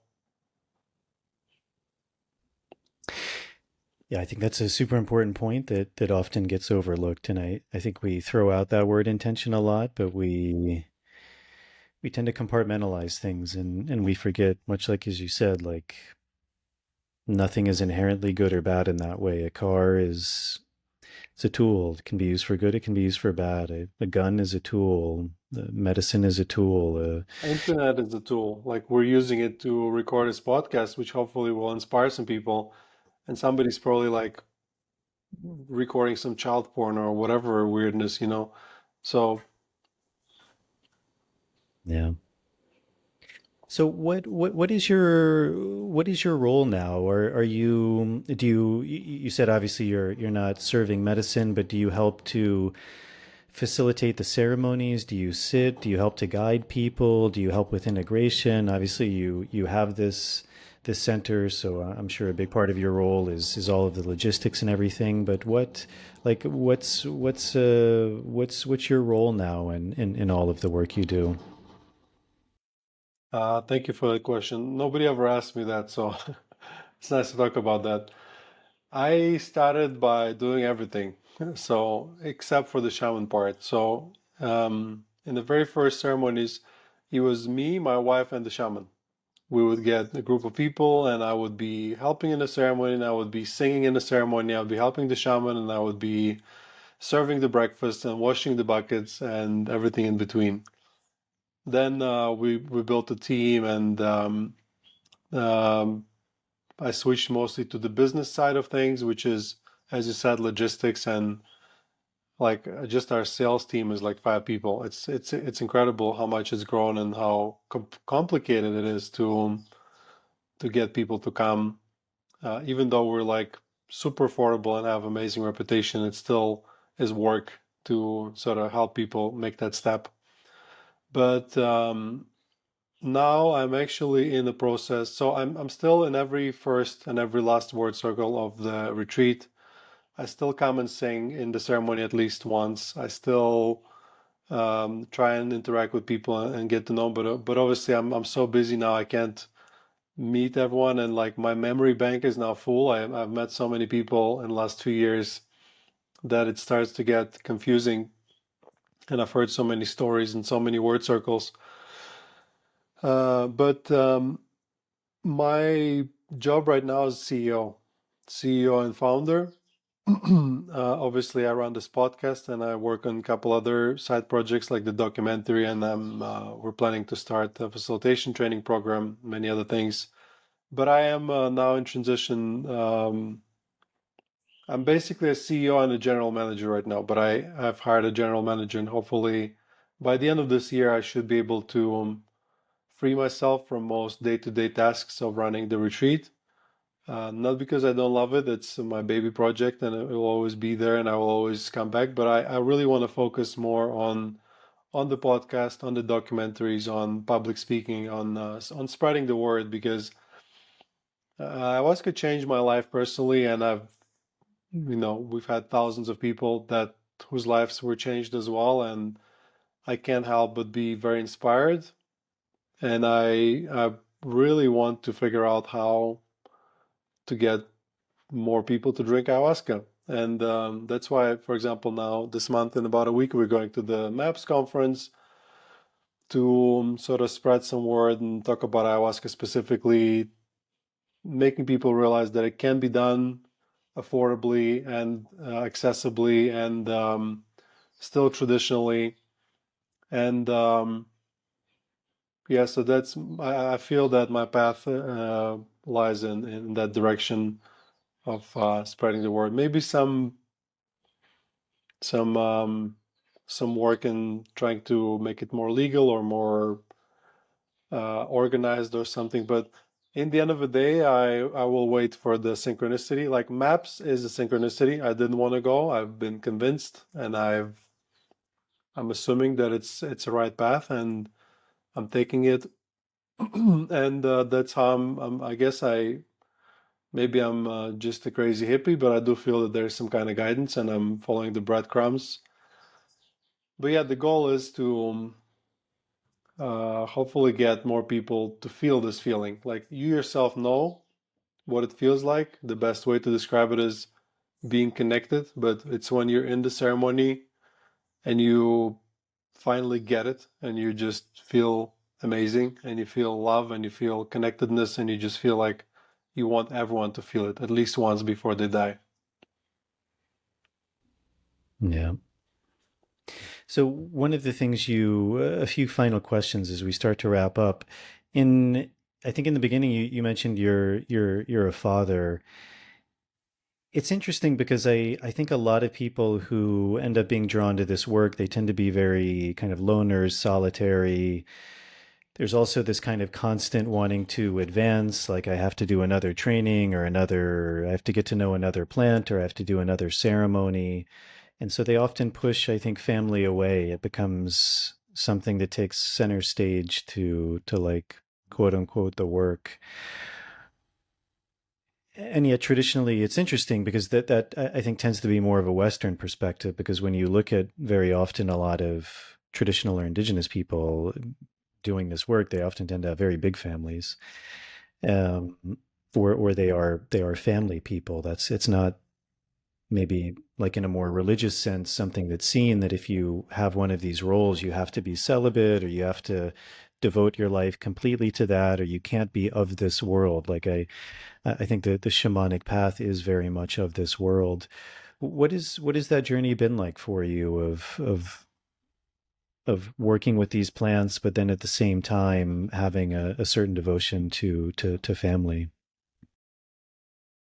I had a desire once to be celibate, and I went through this period of spiritual um, exploration where I thought, my sexuality is bad and I need to be something else. My wife did not agree with it, so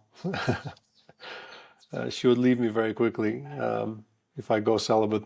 But I do understand the merit of it and sort of whole transmutation of the energies, even though I don't understand how. But I believe my shaman practices it occasionally. It's something that he doesn't talk with most people, but there's definitely connection between the sexual energy and the healing, and I believe it is the same energy. So that's why it's a weird topic, but I think there's a lot of sexual weirdness in some spaces and the abuse that, as you've heard, happens in like jungle, because I think there's this inherent connection between those energies. But I'm really happy that my shaman knows how to control himself. So am I. But having a young family, I have three kids. My oldest boy is 4.5. The middle one is 3, and we have a 9 months old daughter. It is extremely difficult because we have one more baby, which is LaWayra, and it's me and my wife. It's our project from the day one. It is having children, as I like to say, is the best and the worst thing you'll ever done in your life. Like when it's good, it'll make you feel the most happy and the most satisfied. And when it's in the bad moment, it will make you feel the most miserable because you're so vulnerable to what happens to your children. And it's the same thing with running an ayahuasca retreat. When it's all good, you feel on the top of the world because you're helping people and you're providing employment, then you can do pretty well yourself as well. So it's like a win-win-win on so many levels, physically, spiritually, and also karmically, right?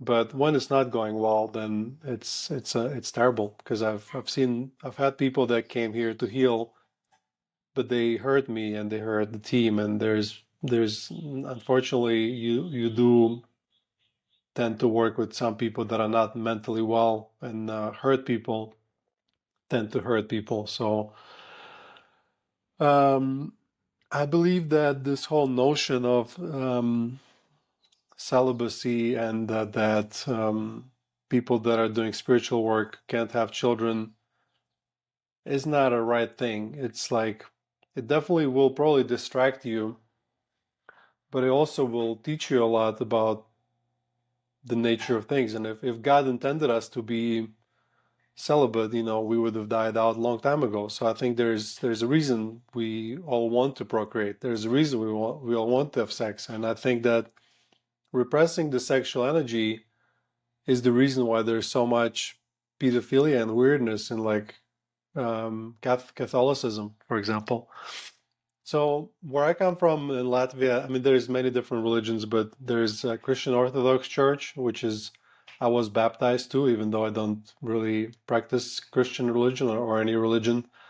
And the priests there are allowed to have wives. And I've never ever heard any story about abuse, like pedophilia, because I think they're just healthy, and they fulfill their needs, and there is no need for this stuff, because whatever is repressed is going to come out in a very ugly way. So I am definitely a very unusual suspect for someone to run an ayahuasca retreat or even become spiritual. Like, I'm telling you, I would never in a million years would imagine myself being where I am now 10 years ago. I was just an engineer working in offshore oil and gas, making lots of money, being unhappy, just like my colleagues. Like, zero spiritual, zero anything. Like, it's, I do believe that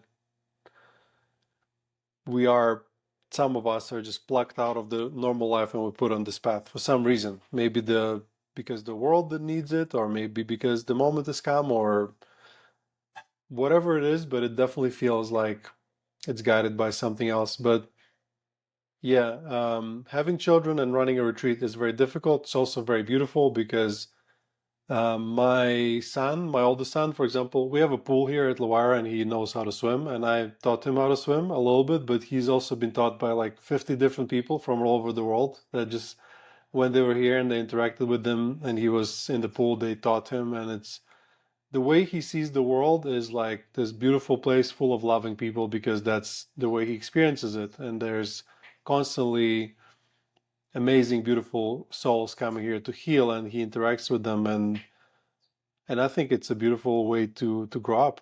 Um, um, the beauty of having a family and the community as well, because like our team members, they all also interact with our children, and it feels like a tribe, like it was always intended to be, a group of people sitting in around the fire. That's how we were evolved, and a lot of people are missing it now. So my kids do grow up with some aspect of that. But whether it is a simple path, that's definitely not the case, because we've been living life on the hard mode for like last 5 years with my wife, ever since we started working with the medicine and started having children all at the same time. I remember like first ceremonies, it was we're in this tiny finca, and there was like somebody scream puking outside, and my wife trying to make my son sleep, and I would have to be like, Shh, could you please keep it down? And it was really uncomfortable. Or vice versa. I have people in the ceremony, and I have a baby screaming, and you have a child yourself. Sometimes they scream for no reasons, but because people think that they're in a ceremony, they're like, oh my God, they're abusing their children, and they go. So very, very difficult, very, very beautiful. Many layers of complexity, but once again, I guess it was supposed to happen this way. So last question. We very briefly touched on this when I was being interviewed by you, but I think it's interesting because you're an engineer, and we talked a little bit about these kind of ancient civilizations, these ancient structures like the pyramids, and also this idea that these potential plants like ayahuasca are very ancient technologies, that they're not necessarily like things that came from some primitive hunter and gather people running around the woods, but that they're actually they come from a long line of a very ancient technology that potentially was lost. Can you speak a little bit? I mean, it's a very huge and open-ended question, but just kind of your interest or your reflection, which I think sometimes these plants like ayahuasca opens up on kind of the nature of our origins of these ancient civilizations of kind of these technologies.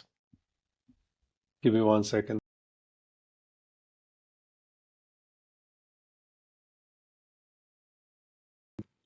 Yeah, this is a extremely fascinating topic, and it also came to me naturally, completely unprovoked. My first ever ayahuasca experience was like half of it was about Egypt.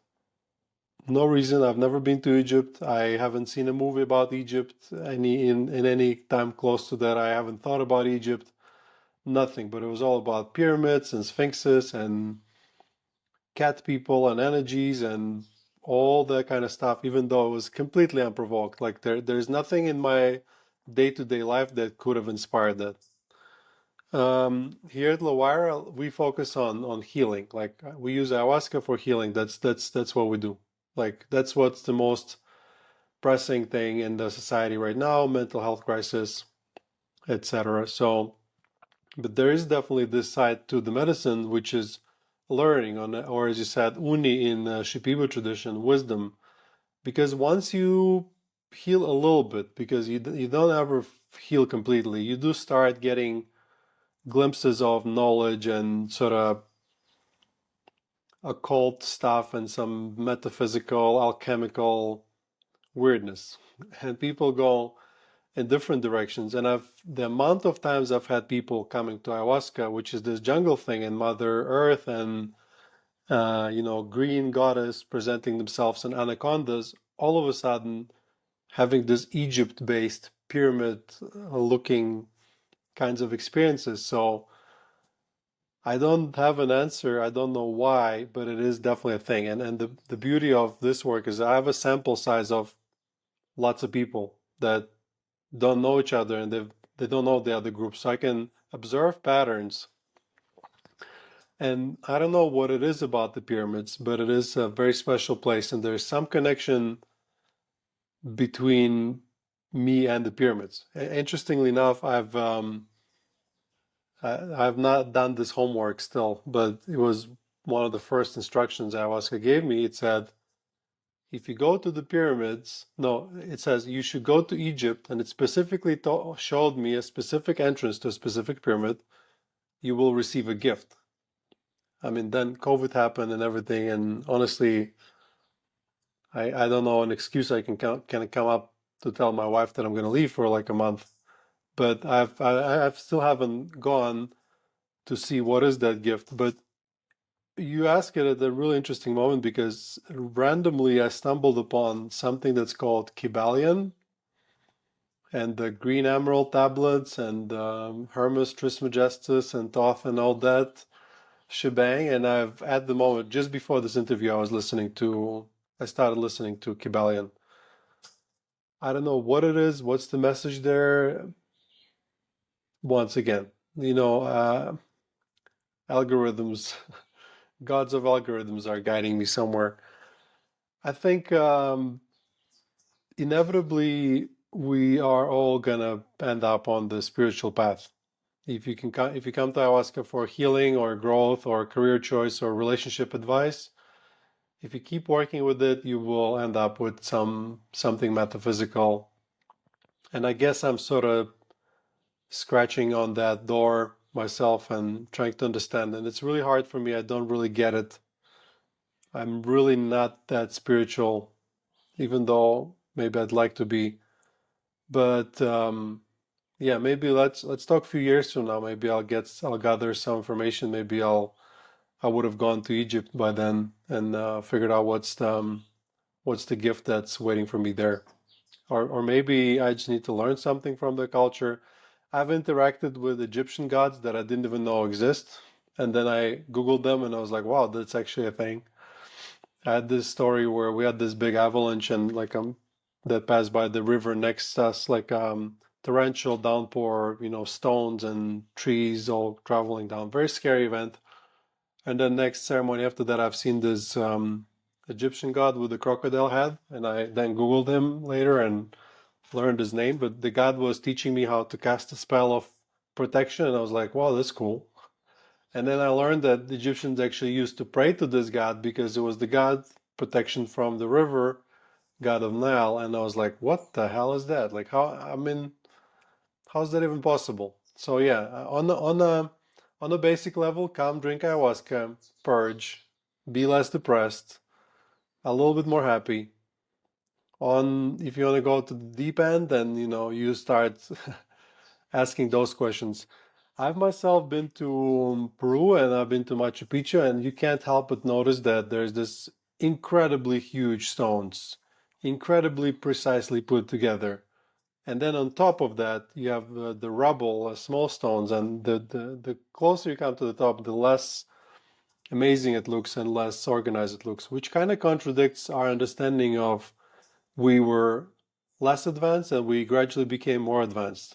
And them telling us that those people that built that stuff didn't even invent the wheel is like, it's just ridiculous. Like, I mean, as an engineer, just understanding the size, like, if you have ever moved a 200 kilo electrical motor from a tight space somewhere else, like to imagine megaton, like not megaton, but like 20 to 100 to 200 ton stones put so precisely in a shape by people that had no wheel, like it's how did they cut those stones and all the drill marks and all the I have so many questions. I have no answers. I don't want to sound like a conspiracy theorist, but I've also worked with the medicine once called Wilca, and it's a medicine that's very similar to Yopo. It's a DMT snuff that is blown up your nose. And it comes from a seed of a tree. And the guy that we did it with, he was from Peru actually, and he said that the way they discovered Wilca or rediscovered this was they were drinking San Pedro at an ancient temple, and the temple told them, like, go take the seed and grind it this way and do it this way, which is maybe not true, but sounds like a possibility, And if you ask about the history of ayahuasca, once again, somebody told someone. It is not a comfortable topic for me because I don't want to sound like a crazy person. But once you start working with those medicines and seeing things that would be considered paranormal, you start sort of stretching your limits of belief. So what I believe now is something like we were really, really advanced.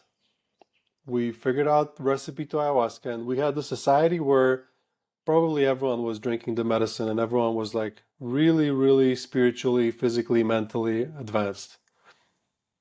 Then something happened and we lost that knowledge. A few things remained, like ayahuasca, luckily so. And we're basically only getting close to where we used to be technologically, but spiritually and mentally, we're like babies comparing to the people that existed before. And they were probably the people that built the pyramids, because if you look at the pyramids, like people don't understand that even if we wanted now, we would not be able to rebuild them. We would not be able to. Like it's just there's certain things that we cannot replicate. Like how can you put like there's those tunnels and they have those sarcophagus. With our equipment, we would not be able to get them there. Like simply unless we can levitate them. I don't know what they did, how they did it, but it's a very exciting way of gets my imagination going. And then if you connect it with randomly people from all over the world drinking ayahuasca and then connecting with this sort of Egyptian thing, it kind of makes me believe that there's something very powerful energetically that remained there and is still there and probably still to be discovered. And now with this new discoveries that they found something under the pyramids. I mean, if I was a government, if I was the president of the world, for me, like the main focus would be like, let's really find as much as we can find because there's something there and it's just undeniable. But yeah, if someone knows Graham Hancock, please give me his number. I really want to interview him and go to Egypt with him. Well, sounds good. If you get his number, you can then pass it on to me, and we'll. Yeah. Well, thank you very much, Sam. I think that's a great way to end it. Filling people with inspiration to be filled with spirit, hope, the mystery of life. I think it's something that contributes to a lot of the things we were saying about kind of depression and just lack of purpose. As we have lost that mystery, that awe of something so simple like looking at the pyramid and just not being able to explain it. And I think that's where a lot of our issues come from, is when we want to, and then we have to kind of ignore a lot of things and make something very mundane that's actually wild. So thank you very much. If people are interested in reaching out to you or coming to LaWayra, what's the best way to do that?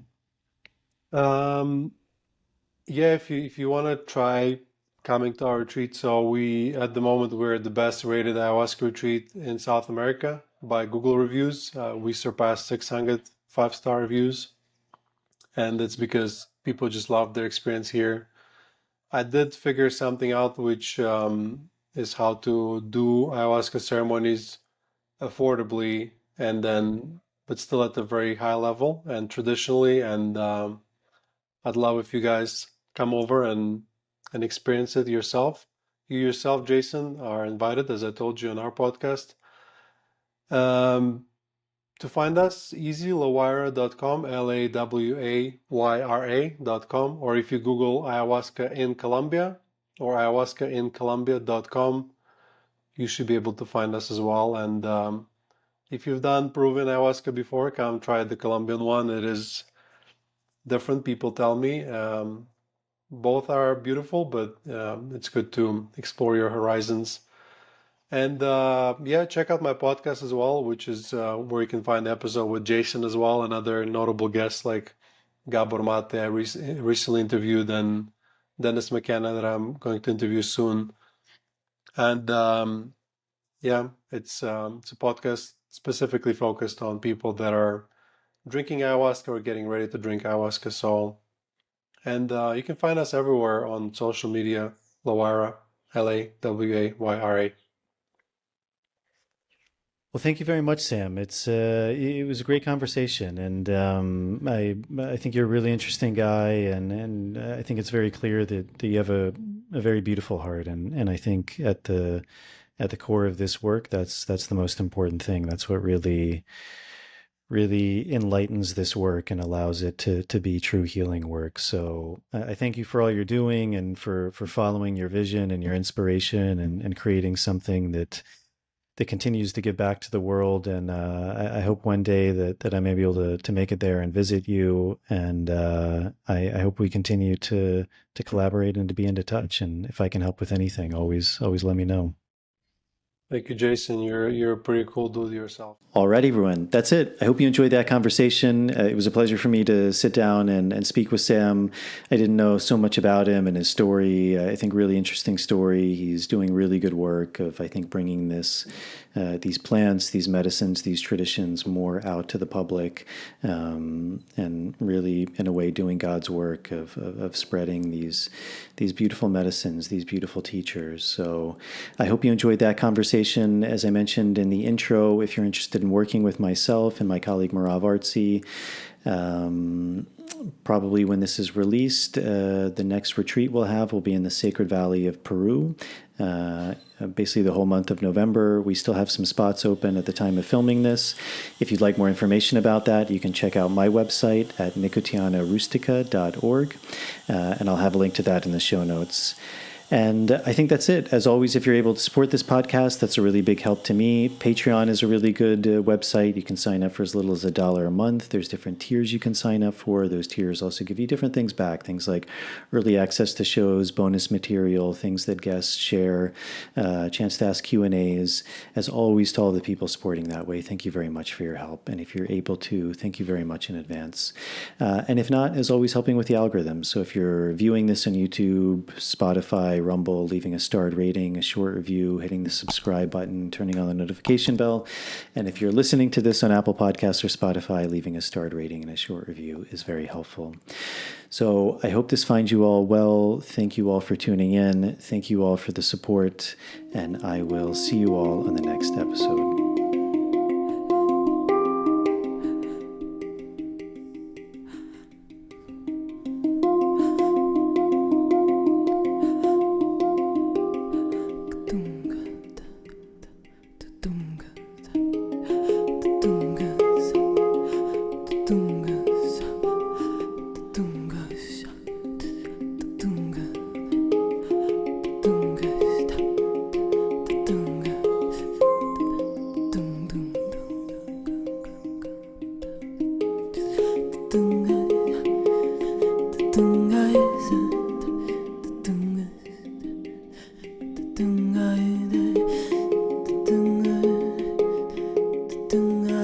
So